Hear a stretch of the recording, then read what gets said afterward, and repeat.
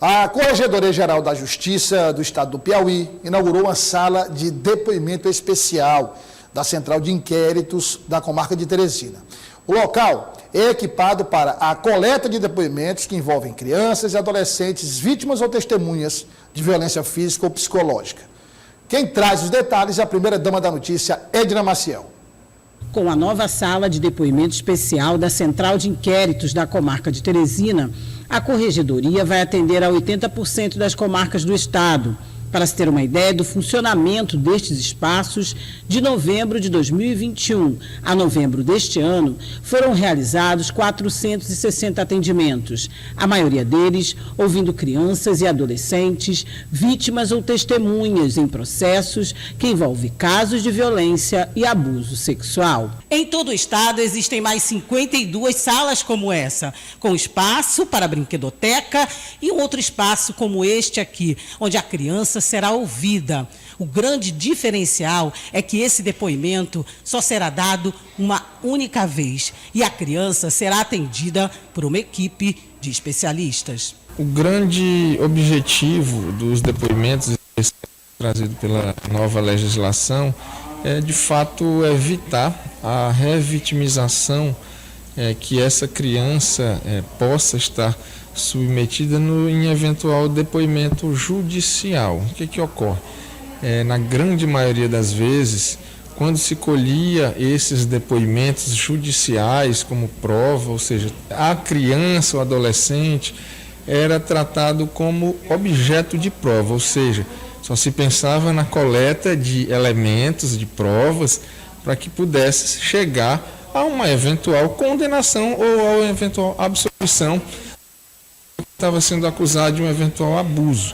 Ou seja, o que se passou, a grande virada com o surgimento do Estatuto da Criança e do Adolescente, foi passar a essa criança, esse adolescente, figurar como um sujeito de direito. O corregedor destacou a importância do projeto no atendimento especial, principalmente em processos que envolvem as crianças e adolescentes, mas também mulheres e idosos, e na contribuição para a qualidade do depoimento e celeridade na resolução dos casos. Esse projeto do Serviço Integrado Multidisciplinar, bem como o projeto de depoimento especial, servem para atenderem o público-alvo vulnerável, constituído por crianças, adolescentes, mulheres e idosos. Então foi uma preocupação minha, eu assumi a corregedoria, encontrei apenas 3 salas e hoje nós vamos deixar com 53 salas o Poder Judiciário Piauiense, o que corresponde a 80% das comarcas. Então, é uma maneira de atender melhor as crianças e adolescentes, inclusive com brinquedotecas, que servem como um ambiente lúdico para esse atendimento. E também na sala de serviço integrado, onde terão profissionais adequados, dentro da psicologia, da assistência social, jurídica, para atender as mulheres e os idosos em situação de violência doméstica ou não. São essas situações que nós mostramos aí na reportagem que fazem o seguinte: se você tem, aqui nessa câmera, se você tem... Com a nova sala de depoimento especial... Segura o áudio aí, Marcelo. Se você tem uma estrutura montada, como essa que nós estamos vendo aí, uma estrutura montada, até com brinquedoteca, com equipe multidisciplinar, com pessoas especializadas, protegendo a criança, os idosos, as mulheres, enfim, da exposição, você tem o maior, você incentiva, não é? Você fortalece o encorajamento, João, dessas pessoas em depor, em prestar queixa, em prestar seu depoimento, colaborar com o processo, né? Porque você tem toda uma estrutura voltada. Parabéns ao corregedor, eram 3 salas, agora são 53. Então é realmente uma evolução brutal, assim, muito grande, né? Muito grande. E o juiz auxiliar falou, numa palavra, revitimização, ou seja, a vitimização de novo, pela segunda vez.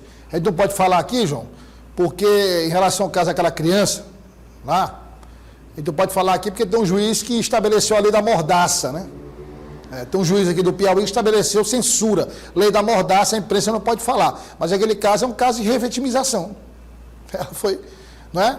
Mas tem aqui ainda a lei da, mordaça.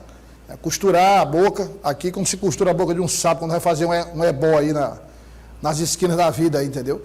Então ainda tem essa questão aqui. A justiça ela avança de um lado, homens como o corregedor, que dá esse exemplo maravilhoso para todo o estado do Piauí, e tem outros que ainda vivem, me parece que na época de exceção, né? Censurando polícia, censurando meios de comunicação, não podem falar sobre determinados casos. Você já pensou isso, um negócio desse?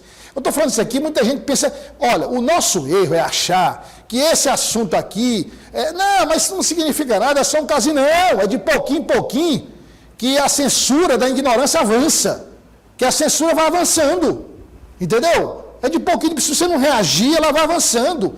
Onde é que já se viu não poder falar em um caso? Porque, por exemplo, se eu falar de um caso delicado, se eu falar de um caso de uma criança, o jornalista sabe de todas as limitações que ele tem ao falar desse caso. Ele não pode dizer o nome, né? Pode mostrar foto, não pode de alguma forma facilitar a identificação da vítima, não pode entrar em detalhes, certos detalhes que possam mexer com a imagem da vítima. Tudo isso o jornalista sabe. Se ele erra, se ele trata com desdém, com brincadeira, que ele seja punido, que o próprio juiz acione o Ministério Público, o próprio juiz vá lá de ofício e faça, se é que pode agir de ofício, eu não sei, mas que entre com a ação punindo pela forma depreciativa com a qual o jornalista tratou o caso. Agora, não amordaçar a imprensa em relação a isso. Enquanto eu puder falar, tiver voz para falar, eu vou falar sobre isso.